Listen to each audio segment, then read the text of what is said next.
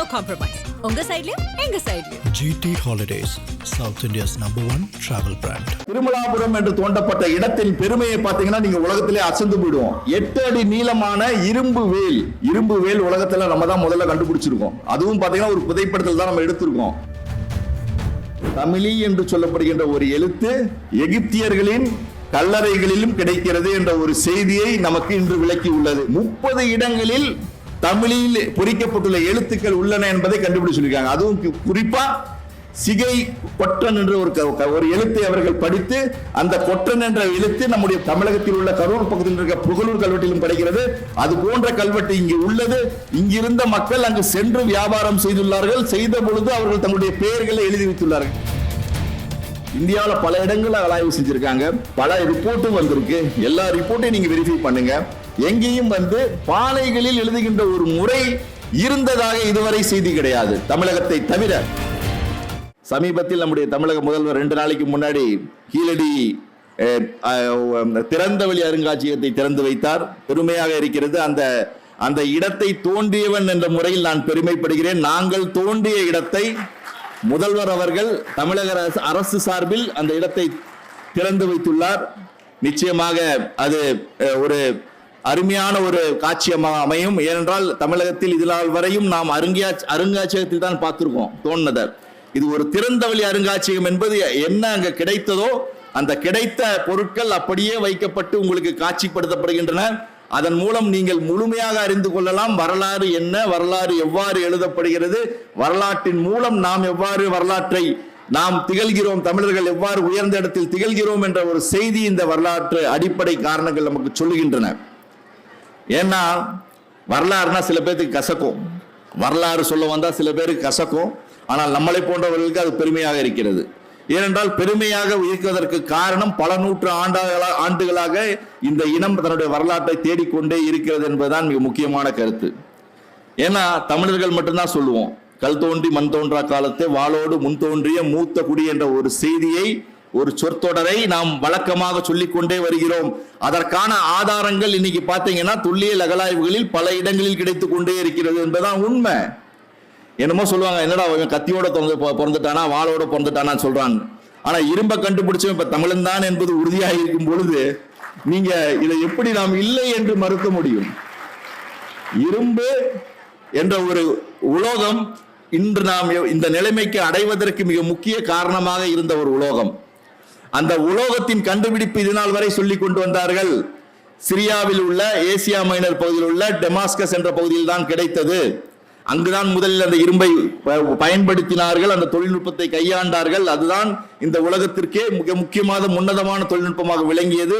அங்கிருந்து தான் அந்த இரும்பு தொழில்நுட்பம் பரவியது என்ற ஒரு செய்தியை சொன்னார்கள். ஆனால் அந்த செய்தியை மறுத்த இடம் நம்முடைய தமிழ்நாடு என்பதை நான் பெருமையுடன் சொல்ல வேண்டும். தமிழ்நாட்டின் அகழாய்வுகள் அந்த செய்தியை மறுத்தன. தமிழ்நாட்டின் பல அகழாய்வுகள் அந்த செய்தியை மறுத்தன.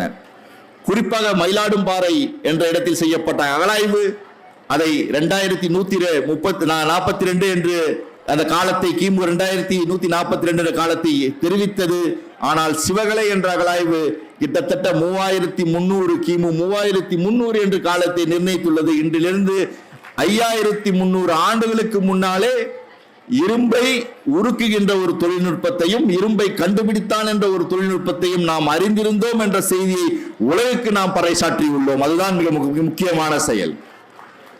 ஏன்னா ஒரு நாகரிகம் என்பது எவ்வாறு வளர்ச்சி அடைகிறது என்பதை நம்ம பார்க்கணும். வரலாறு என்பது போரிங் சப்ஜெக்டே கிடையாதுங்க. வரலாறு என்பது அனைவருக்கும் ஒரு இன்றியமையாத ஒரு சப்ஜெக்ட்.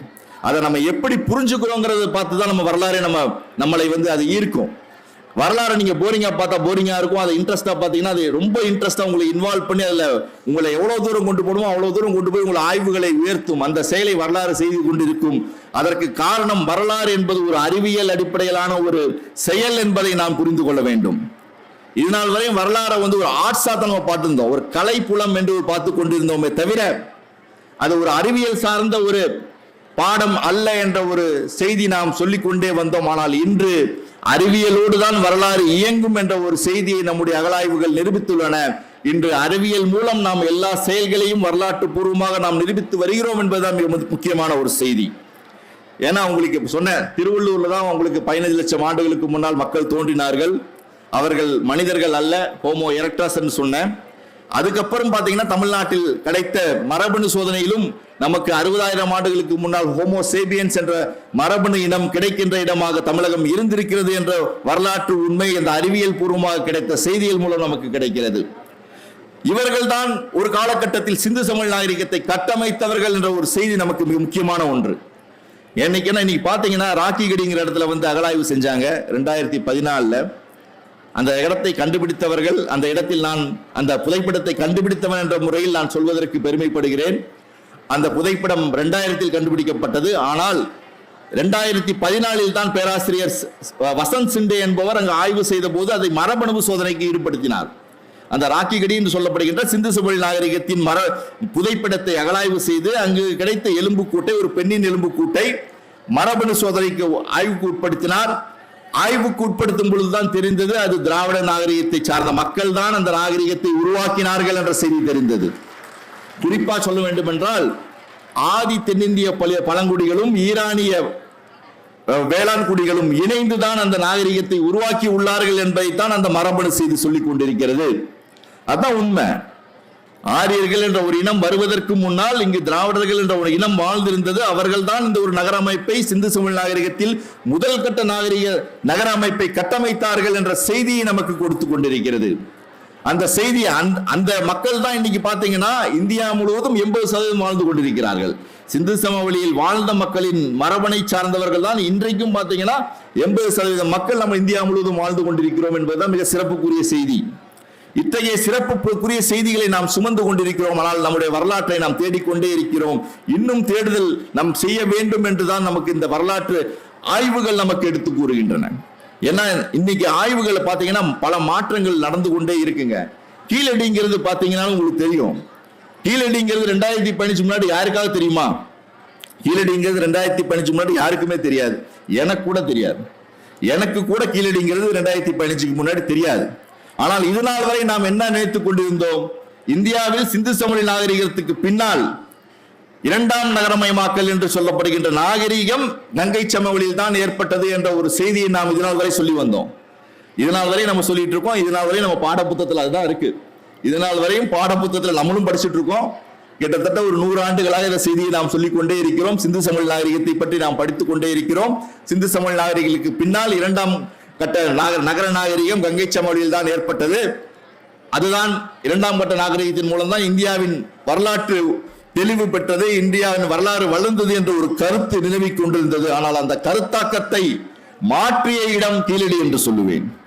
ஏனென்றால் தமிழகத்திலும், குறிப்பாக சொல்ல வேண்டும் என்றால் தமிழகத்திலும் இரண்டாவது நகர மயமாக்கல் நடந்துள்ளது என்பதை நிரூபித்த இடம் கீழடி. ஏன்னா இதனால் வரை சொல்லி வந்த ஒரு கருத்தை மாற்றி அமைத்த இடம். அதான் முக்கியம். ஏன் கீழடி உலகம் முழுவதும் பேசப்படுகிறது என்பதற்கான மிக முக்கிய காரணமே அதுதான். ஏன்னா எத்தனையோ வட கங்கை சமவெளி நாகரிகங்கள் தான், அந்த நாகரிகத்தின் மூலம் தான் நம்முடைய தமிழ் சமூகம் நாகரிகம் பெற்றது என்ற ஒரு கருத்து நிலவி வந்தது. பெரும்பாலான வரலாற்று ஆசிரியர்கள் தான் சொன்னாங்க, தொழிலாளர்களும் சொன்னாங்க. அவர்கள் மூலம் தான் நாம் நாகரிகம் அடைந்தோம் என்ற செய்தியை சொன்னாங்க. ஏன்னா நம்மகிட்ட அருமையான இலக்கியங்கள் இருக்கின்றன. ஆனால் அந்த இலக்கியத்தை யாரும் நம்புவதற்கு தயாராக இல்லை. நம்முடைய சங்க இலக்கியத்தை யாரும் நம்புவதற்கு தயாராக இல்லை. அவர்கள் சொல்கிறார்கள் சங்க இலக்கியத்தில் கற்பனைகள் இருக்கலாம், அதை வைத்துக் கொண்டு நாங்கள் வரலாற்றை உறுதி செய்துவிட முடியாது என்ற செய்தியை அவர்கள் தெரிவித்தார்கள். ஆனால் எங்களை போன்ற ஆய்வாளர்கள் சொன்னோம், நாம் சரியாக நம்முடைய இலக்கியத்தை நாம் சரியாக புரிந்து கொள்ளவில்லை, புரிந்து அதை நாம் ஆய்வுக்கு உட்படுத்தவில்லை. ஆய்வுக்கு உட்படுத்தாத காரணத்தினால் தான் நம்முடைய வரலாற்றை இவர்கள் மறுதளிக்கிறார்கள். அதை நாம் சரியாக ஆய்வுக்கு உட்படுத்தினோமே என்றால் நிச்சயமாக நம்முடைய வரலாற்றை நாம் மீட்டெடுக்க முடியும் என்ற நோக்கில் தான் நாங்கள் எங்கள் பயணத்தை ஆரம்பித்தோம். அதன் விளைவில் தான் அந்த கீழடி என்ற இடம் கண்டுபிடிக்கப்பட்டது. அதான் உண்மை. இதனால் வரை சங்க இலக்கியத்தை மறுத்து வந்தாங்க. சங்க இலக்கியம் உலகத்தில் மற்ற இலக்கியத்தை விட ஒரு வித்தியாசமான இலக்கியங்க. யாரு சொல்றீங்களோ இல்லையோ, நாங்க எங்களை போட்ட தொழிலாளர்கள் நாங்கள் கருதுகிறோம் ஒரு வித்தியாசமான ஒரு இலக்கியம். அது எந்த மதத்தை பத்தி பேசல, எந்த மதத்தை பத்தி என்னைக்குமே பேசல.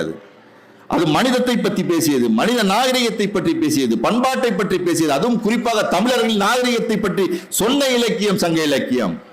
எந்த சாமியை பத்தி சொல்ல, எந்த கடவுளை பத்தி சொல்ல, இவனை கும்பிடு அவனை கும்பிடு எதுவுமே சொல்லல. அந்த இலக்கியம் நிச்சயமாக சமூக கருத்து, சமூக கலாச்சார பண்பாட்டு கருத்துக்களை தன்னுள் புதைத்து வைத்துள்ளது. அது அந்த மக்களின் வாழ்வியல் சார்ந்த ஒரு வரலாற்று ஆவணமாக திகழ்ந்துள்ளது என்பது மிக முக்கியம். அந்த திகழ்ந்துள்ள ஆவணத்தை பெரும்பாலான வரலாற்று ஆசிரியர்கள் மறுத்தார்கள். ஆனால் நாங்கள் சொன்னோம், அந்த வரலாற்று ஆவணத்தை நாம் சரியாக புரிந்து கொள்ளாமல் நாம் இது சொல்வது தவறு. அதை புரிந்து கொள்வோம், புரிந்து கொண்டால் நமக்கு பல விஷயங்கள் கிடைக்கும் என்று சொன்னோம். அதன்படி நாங்கள் அந்த ஆய்வை மேற்கொண்டோம். சங்க இலக்கியத்தின் அடிப்படையில் ஆய்வை மேற்கொண்டோம். அதன் விளைவாக கிடைத்த இடம்தான் கீழடி. இன்னைக்கு சங்க இலக்கியத்தை நம்ம கீழடி மூலம் நிரூபிக்கிறோம். கீழடி மட்டும் வச்சு நம்ம நிரூபிக்கல. இன்னைக்கு தமிழக தொல்லியல் துறை பார்த்தீங்கன்னா பல இடங்கள் ஆய்வு செஞ்சுட்டு இருக்காங்க. குறிப்பா சிவகலையில் ஆய்வு செய்யறாங்க, உங்களுக்கு திருமலாபுரம் என்ற இடத்தில் ஆய்வு செய்யறாங்க, துலுக்கர்பட்டியில் ஆய்வு செய்யறாங்க, கொடுமணலில் ஆய்வு செய்யறாங்க, அதே போல பாத்தீங்கன்னா உங்களுக்கு மயிலாடும்பாறையில் ஆய்வு செய்யறாங்க, இன்னும் பல இடங்கள் ஆய்வு செய்யறாங்க. ஆய்வு செய்யும் பொழுதுதான் நமக்கு புது புது கருத்துக்கள் நமக்கு வந்து சேர்கின்றன. ஏன்னா இது நாள் வரையும் நம்ம பார்த்துக்கிட்டே இருந்தோம், ஹோமோ எரெக்டஸ் என்ற ஒரு மனித இனம் வாழ்ந்தது, அவர்கள் இங்கு அழிந்து விட்டார்கள். அதுக்கப்புறம் ஹோமோ சேப்பியன்ஸ்ங்கிறவன் வந்தான். அதுக்கப்புறம் பாத்தீங்கன்னா ஒரு மெகலித்திக் கல்ச்சர்னு சொல்லப்படுகின்ற ஒரு பெருங்கற்கால காலம் இருந்தது என்ற ஒரு தகவலை நாம் சொல்லிட்டே இருக்கோம். ஆனால் பெருங்கற்கால காலத்தை நாம் எந்த அடிப்படையில் சொல்றோம்னா அது புதைப்பிடங்களை வச்சு நம்ம சொல்லிட்டு இருக்கோம். இன்னைக்கு திருவள்ளூர் மாவட்டத்தை எடுத்துங்க, செங்கல்பட்டு மாவட்டத்தை போங்க, எங்க பார்த்தாலும் எல்லா ஊர்லயும் அந்த புதைப்பிடம் இருக்கும். பெருங்கற்கால கால புதைப்பிடங்கள் எங்கு போனாலும் கிடைக்கும். தமிழகத்தில் எங்கு போனாலும் கிடைக்கும் பெருங்கற்கால புதைப்பிடம். கிட்டத்தட்ட பேராசிரியர் ராஜன் போன்றவர்கள் எல்லாம் பாத்தீங்கன்னா ஒரு 7500க்கும் மேற்பட்ட பெருங்கால புதைப்பிடங்கள் தமிழ்நாட்டில் உள்ளன என்ற ஒரு செய்தியை சொல்லியிருக்காங்க. அப்ப அந்த புதைப்பிடங்களை அமைத்தவர்கள் யார் என்று யாரும் கேட்கல. கடைசி வரையும் ஒரு புதைப்படம் வருதுன்னா கண்டிப்பா மக்கள் வாழ்ந்திருக்கணும். மக்கள் வாழாம என்னைக்குமே ஒரு சுடுகாடோ இடுகாடோ வராதுங்க. சுடுகாடு மட்டும் சுடுகாட்டையும் இடுகாட்டையும் மட்டும் நம்ம ஸ்டடி பண்ணிட்டு அதை மட்டும் ஆய்வு செஞ்சுட்டு அது ஒரு காலம், அது பெருங்கற்கால காலம், மெகலித்திக் காலம்னு இது நாள் வரை சொல்லிக் கொண்டிருக்கோம். ஆனால் எங்களுடைய குழு கேள்வி கேட்டது, அந்த புதைப்பிடத்தையும் அந்த புதைப்பு முறையும் ஏற்படுத்திய மக்கள் நிச்சயமாக இந்த பகுதியை வாழ்ந்திருக்க வேண்டும், அவர்கள் வாழ்ந்த வாழ்விடத்தை நாம் தேட வேண்டும் என்ற ஒரு குறிக்கோளில் நாங்கள் தேடினோம். அதன் விளைவாக கண்டுபிடிக்கப்பட்டதுதான் கீழடி போன்ற ஒரு வாழ்விட பகுதி. ஏன்னா கீழ்வடிங்கிறது ஒரு வாழ்விட பகுதிங்க. ஒரு புதைப்பிடத்தை வைத்து நாம் ஒரு வரலாற்றை தீர்மானித்து விட முடியாது. புதைப்பிடம் என்பது ஒரு சடங்கு, ஒரு வாழ்நாளில் ஒரு மனிதனின் இறுதி சடங்கு. அவன் போற்றப்படுகிறான், அவன் கொண்டாடப்படுகிறான், அவன் வழிபடுகின்ற கடவுளாக நினைக்கப்படுகிறான். அந்த புதைப்பிடங்களை ஒரு பெருமையுடன் நம்முடைய தமிழர்கள் கட்டமைத்துள்ளார்கள் என்றால் நிச்சயமாக அவர்கள் நிரந்தரமாக இந்த பகுதியில் வாழ்ந்திருக்க வேண்டும் என்ற எண்ணம் நமக்கு இருந்தது. அதை பற்றிய ஆய்வுகள் நாம் செய்தோம். அதை பற்றிய ஆய்வுகள் செய்ததன் விளைவாகத்தான் இவ்வளவு பெரிய கீழடி கண்டுபிடிக்கப்பட்டது. வாழ்ந்தவன் இங்கு மிகவும் செழுமையாக ஒரு சங்க நாகரிகத்தை உருவாக்கி வாழ்ந்திருக்கிறான் என்ற செய்தியை கீழடி எடுத்துச் சொல்கிறது. ஏன்னா சிந்து சமவெளிக்கு அப்புறம் சிந்து சமவெளி நாகரிகம் டிஸ்இன்டகிரேட் சொல்லுவாங்க. அது வீழ்ந்த பிறகு மக்கள் என்ன செத்து போயிட்டானா? என்னைக்குமே சாக மாட்டாங்க.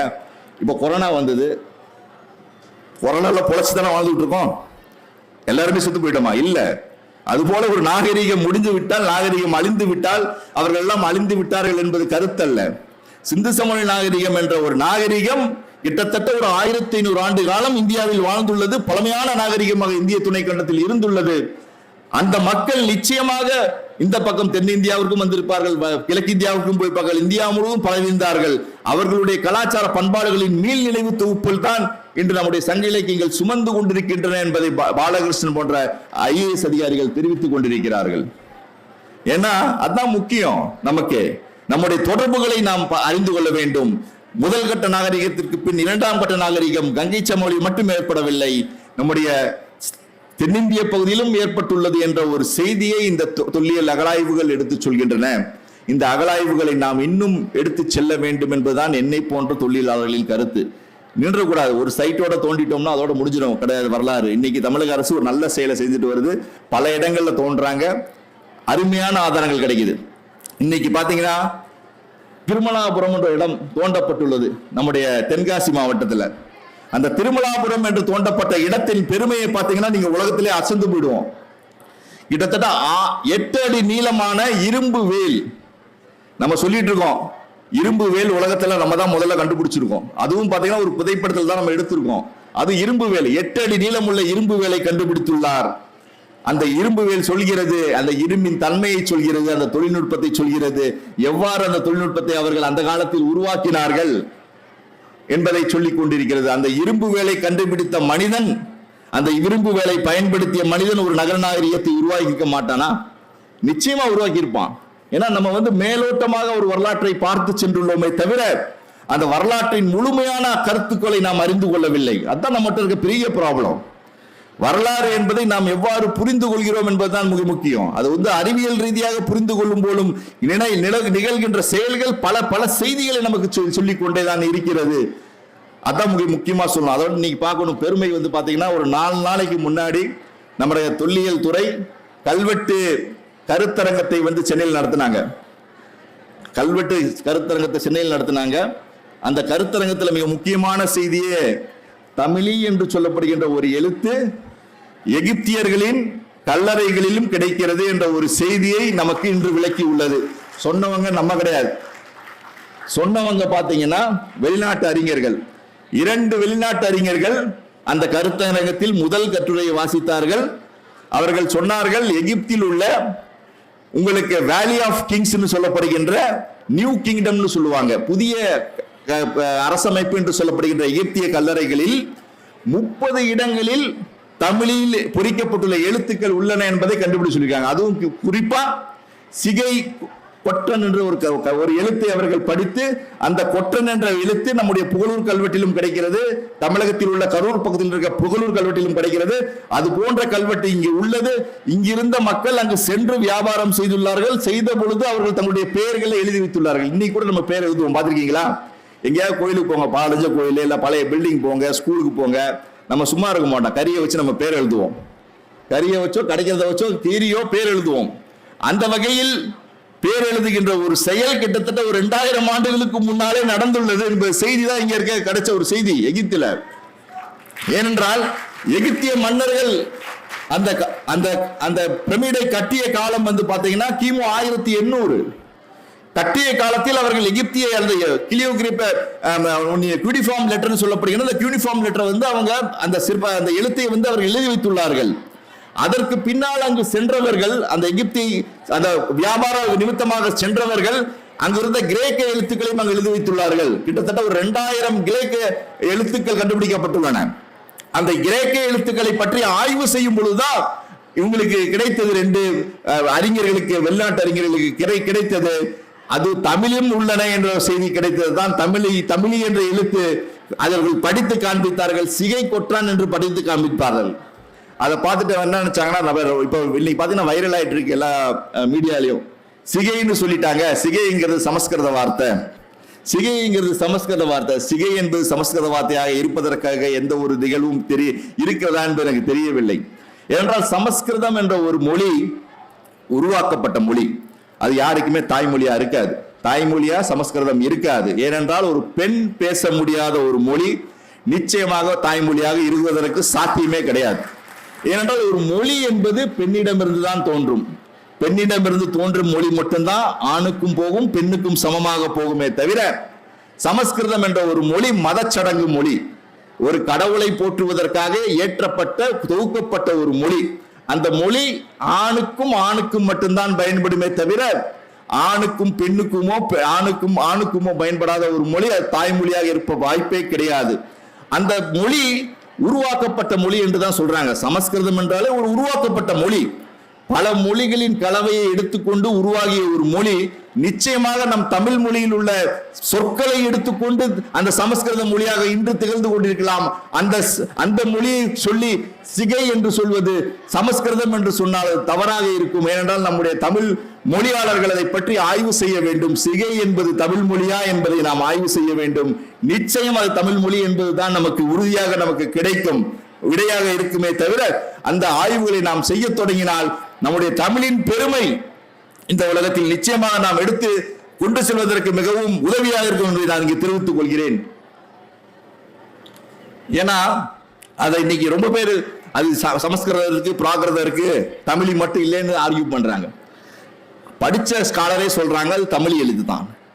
நாங்களும் சொல்றோம், இனிமே தமிழ் பிராமின்னு சொல்லாதீங்க, தமிழ் பிராமின்னு சொல்லாதீங்க, தமிழ் எழுத்துன்னு சொல்லுங்கன்னு சொல்றோம்.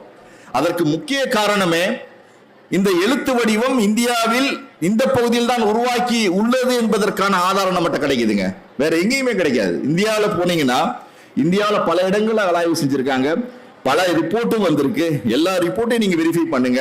எங்கேயும் பானைகளில் எழுதுகின்ற ஒரு முறை இருந்ததாக இதுவரை செய்தி கிடையாது. தமிழகத்தை தவிர பானையில் எழுதுகின்ற முறை இருந்ததாக செய்தியே கிடையாது. பானையில மட்டும்தான் பாத்தீங்கன்னா தமிழ்நாட்டில் மட்டும்தான் நீங்க எங்க வேணாலும் தோண்டலாம் உங்களுக்கு கிடைக்கும். நம்முடைய தமிழக எல்லையை தாண்டி நீங்க கொட்டி பொருள் இருக்கு நெல்லூர் டிஸ்ட்ரிக்ட்ல. அந்த கொட்டி பொருள் சொல்ற இடம் வரை நமக்கு தமிழ் கிடைக்குது. எங்க பாடல அங்க இப்ப ரீசெண்டா அகலாய்வு பண்ணாங்க. அந்த ரீசெண்டா அகலாய்வு பண்ண இடத்துல கூட உங்களுக்கு அந்த பானை ஓடுகளில் தமிழ் எழுத்து கிடைக்குது. அப்ப தமிழ்நாட்டில் எங்க தோன்றாலும் அந்த எழுத்து கிடைக்குது. அதோடு அல்லாமல் இப்ப பாத்தீங்கன்னா தமிழ்நாட்டில் எங்க தோன்றுங்க குறியீடுகள் கிடைக்கும், எக்கச்சக்கமான குறியீடுகள் கிடைக்கும். இன்னைக்கு சமீபத்தில் சென்ற ஆண்டு தமிழக அரசு வெளியிட்ட ஒரு தகவலின்படி 60% சிந்து சமவெளி எழுத்துக்கள் தமிழ்நாட்டில் கிடைக்கின்ற குறியீடுகளோடு ஒத்து போவதாக சொல்றாங்க. அப்ப குறியீடுகள் இங்க கிடைக்குது.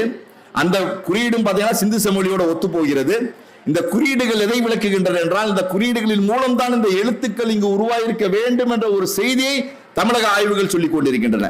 ஏன்னா சிந்திச்சு பாருங்க, எழுத்து ஒரே நாள்ல கண்டுபிடிச்சிட முடியுமா யாராவது? எழுத்துங்கிறது ஒரு மொழிங்கிறது எப்படி வந்திருக்குன்னு யோசிச்சு பாருங்க. மொழிங்கிறது நம்ம இன்னைக்கு பேசிட்டு இருக்கோம். இந்த மொழி பிறப்பதற்கு எத்தனை ஆண்டு காலம் தேவைப்பட்டு இருக்கும்? இந்த மொழி பிறப்பதற்கு கிட்டத்தட்ட பல ஆயிரம் ஆண்டுகள் தேவைப்பட்டிருக்கும். ஏன்னா மொழி என்பது பாத்தீங்கன்னா ஒரு மனிதனுடைய ஒரு உன்னதமான ஒரு செயல். அது மனிதனுக்கு மட்டும்தான் அந்த கிடைச்சிருக்கு. இந்த உலகத்தில் உள்ள உயிரினங்களிலே மனிதனுக்கு மட்டும்தான் அந்த மொழியை பேசுகின்ற வாய்ப்பு கிடைத்திருக்கிறது. அந்த மொழி என்பது பல ஒலிகளின் மூலம் உருவாக்கப்பட்டதுதான் அந்த மொழி. ஒலிகளின் மூலம் உருவாக்கப்பட்ட மொழி ஒரு நாளில் தோன்றுவதற்கான வாய்ப்பு இல்லை. மொழி முதலில் தோன்றி இருக்கும். அந்த மொழிக்கான அந்த ஒலியை அவர்கள் முதல்ல ஐடென்டிஃபை பண்ணுவாங்க, அதை கண்டுபிடிச்சிருப்பாங்க. அந்த ஒலிக்கான எழுத்து பயிற்சிகள் நடந்திருக்கும். அந்த எழுத்து பயிற்சிகள் தான் குறியீடுகளாக நாம் எங்கு தோன்றினாலும் அந்த குறியீடுகளாக நம்ம தமிழ்நாட்டில் எடுத்துக்கிட்டே இருக்கோம். கிட்டத்தட்ட தமிழ்ல கீழடியிலே பாத்தீங்கன்னா 2447 குறியீடுகள் நாங்கள் எடுத்திருக்கோம். அப்போ ஒவ்வொரு அகலாய்விலையும் பாத்தீங்கன்னா லட்சக்கணக்கான குறியீடுகளை நாம் எடுத்துக்கொண்டிருக்கிறோம். ஒரு மொழியின் ஒளியை கண்டுபிடித்து அதற்கான பயிற்சிக்கான இடம் நடந்திருக்கிறது.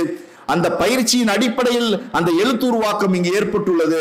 அந்த எழுத்துக்களைத்தான் நாம் தமிழி என்று நாம் சொல்லிக் கொண்டிருக்கிறோம். அந்த எழுத்துக்களை நம்முடைய குயவர்கள் பயன்படுத்தினார்கள், இங்கு வாழ்ந்த சாமானியர்கள் பயன்படுத்தினார்கள். அரசன் பயன்படுத்தல.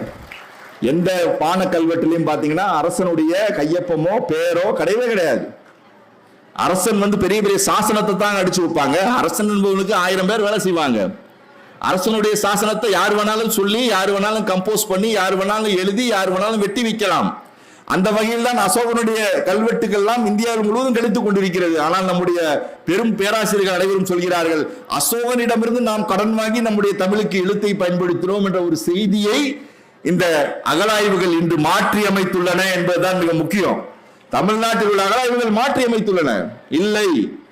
இங்கும் சாதாரண மனிதர்கள் இந்த எழுத்தை உருவாக்கியுள்ளார்கள். பாமரர்கள் இந்த எழுத்தை உருவாக்கியுள்ளார்கள். குயவனும் எழுதியுள்ளான். அப்பொழுது என்றால் அனைவருக்கும் ஒரு பரந்தப்பட்ட ஒரு கல்வி அறிவு இருந்துள்ளது என்ற ஒரு செய்தி இங்க வருது. எழுத்தை இங்கு கண்டுபிடித்துள்ளார்கள், ஒளியை கண்டுபிடித்துள்ளார்கள், அந்த எழுத்து வடிவத்தை உருவாக்கியுள்ளார்கள். எழுத்து வடிவத்தின் காரணமாக உங்களுக்கு இலக்கியம் பிறந்துள்ளது. அதுதான் சங்க இலக்கியம். அந்த சங்க இலக்கியத்தை செம்மை செய்வதற்கு தான் தொல்காப்பியம் என்ற ஒரு இலக்கணமும் இங்க பிறந்துள்ளது. ஆனால் நம்ம தொல்காப்பியத்தை சொன்னோம், அகத்தியர் தான் கொடுத்தான்னு சொல்லிட்டு இருக்கோம். இந்த மாதிரி கதைகளை நாம் நம்பிக்கொண்டிருக்கிறோமே தவிர புனைவுகள் என்றுமே வரலாறு ஆகாது. அகத்தியர் எதையுமே சொல்லிக் கொடுக்கலைங்க. இங்க இருக்க மக்கள் தாங்க எல்லாமே கண்டுபிடிச்சிருக்காங்க. இங்க இருக்க மக்கள் தாங்க எழுத்தை கண்டுபிடிச்சிருக்கான். இங்க இருக்க மக்கள் தான் இலக்கியத்தை கண்டுபிடிச்சிருக்கான். இங்க இருக்க மக்கள் தான் இலக்கியத்தை எழுதி வச்சிருக்கான். அதுவும் குறிப்பாக பல நூற்றாண்டுகளின் மீள் நினைவுகள் எல்லாத்தையும் நம்ம எழுதி பதிஞ்சு வச்சிருக்கோம். ஒரு வரலாற்று ஆவணமாக சங்க இலக்கியங்கள் திகழ்ந்து கொண்டிருப்பதுதான் மிக சிறப்பான ஒரு செய்தியை நம்முடைய தமிழக வரலாற்றில் திகழ்ந்து கொண்டிருக்கிறது. அத்தகைய பெருமை மிகுந்த ஒரு தமிழ் சமுதாயமாக நாம் வாழ்ந்து கொண்டிருக்கிறோம். அவர்களின் வரலாற்றை நாம் இன்னும் பல ஆய்வுகள் மேற்கொண்டு நாம் உண்மையை அறிவியல் பூர்வமாக நிரூபிக்க வேண்டும் என்பதுதான் என்னை போன்ற அறிஞர்களின் ஒரு கருத்தா நான் சொல்ல விரும்புகிறேன். ஏன்னா இன்னைக்கு பல ஆய்வுகள் நடந்து கொண்டிருக்கிறது, பல செய்திகள் வருகின்றன. இன்னைக்கு பெருமையே தமிழன் எகிப்திலும் தம்முடைய கல்வெட்டை பதித்துள்ளான் என்பதுதான். அதுவும் தமிழி கல்வெட்டை பதித்துள்ளான். அது சும்மா போய் பதிச்சிருக்க மாட்டான். இங்க இருந்து வியாபாரம் மேற்கொண்ட காரணத்தான் பதிச்சிருப்பான். ஏன்னா நம்ம இதனால் வரை சொல்லிட்டு இருந்தோம், நம்ம யவன தொடர்புகளை பத்தி நம்முடைய இலக்கியங்கள் பேசுகின்றன, ரோமானிய தொடர்புகளை பத்தி இலக்கியங்கள் பேசுகின்றன, அரேபிய தொடர்புகளை பத்தி இலக்கியங்கள் பேசுகின்றன. குதிரை எல்லாம் பாத்தீங்கன்னா அரபு நாட்டில இருந்து நம்ம இறக்குமதி பண்ணியிருக்கோம். அத்தனையும் அந்த இலக்கியங்கள் சொல்லுகின்றன. அத்தனைக்கான ஆதாரங்களும் நம்முடைய கீழடி போன்ற பல அகழாய்வுகளில் நமக்கு கிடைத்துக் கொண்டிருக்கிறது தான் என்பது முக்கியமான ஒரு கருத்தாக நான் சொல்ல விரும்புகிறேன்.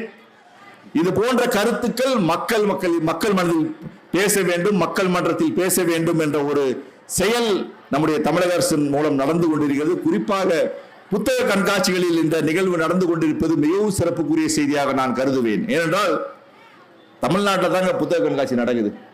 பெரும்பாலும் பார்த்தீங்கன்னா தமிழ்நாட்டில் தான் இன்னைக்கு பார்த்தீங்கன்னா ஒவ்வொரு மாவட்டத்திலும் புத்தக கண்காட்சி நடக்குது. ஒரு காலத்தில் சென்னையில் மட்டும்தான் புத்தக கண்காட்சி நடந்துகிட்டு இருந்தது. ஆனால் இன்று எல்லா மாவட்டங்களிலும் புத்தக கண்காட்சி நடக்கிறது. அதற்கு காரணம் நம்முடைய வரலாற்றை நாம் அறிந்து கொள்ள வேண்டும், நம்முடைய மொழியின் பெருமையை நாம் அறிந்து கொள்ள வேண்டும் என்பதற்காகத்தான் இது போன்ற கண்காட்சிகள் நடத்தப்படுகின்றன. அரசின் சார்பில் நடத்தப்படுகின்றன, பல தனியார் குழுக்களின் சார்பில் நடத்தப்படுகின்றன.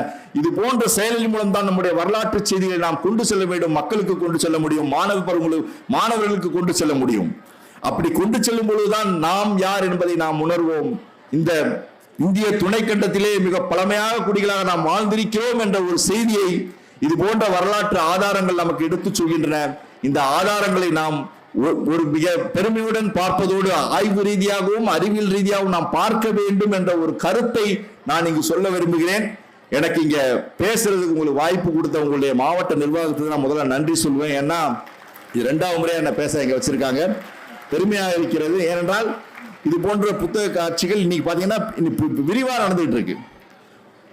மாவட்ட நிர்வாகம் மிகவும் முனைப்புடன் இதற்கு செயல்படுத்தி அதை செய்து வருகிறார்கள். நினைக்கும் பொழுது பெருமையாக இருக்கிறது. இது போன்ற கருத்தரங்கள் இன்றும் நடக்க வேண்டும், பல இடங்களில் நடக்க வேண்டும், மாணவர்களுக்கு நம்முடைய கருத்துக்களை எடுத்துச் சொல்ல வேண்டும். அத்தனையும் செய்து கொண்டிருக்கின்ற தமிழக அரசுடைய பாராட்டுகளை நாம் தெரிவித்துக் கொண்டு இந்த வாய்ப்பை வழங்கிய அனைவருக்கும் நன்றியை தெரிவித்துக் கொண்டு விடைபெறுகிறேன். நன்றி, வணக்கம். No compromise. உங்க சைடுலயும் எங்க சைடுலயும். GT Holidays, South India's #1 travel brand.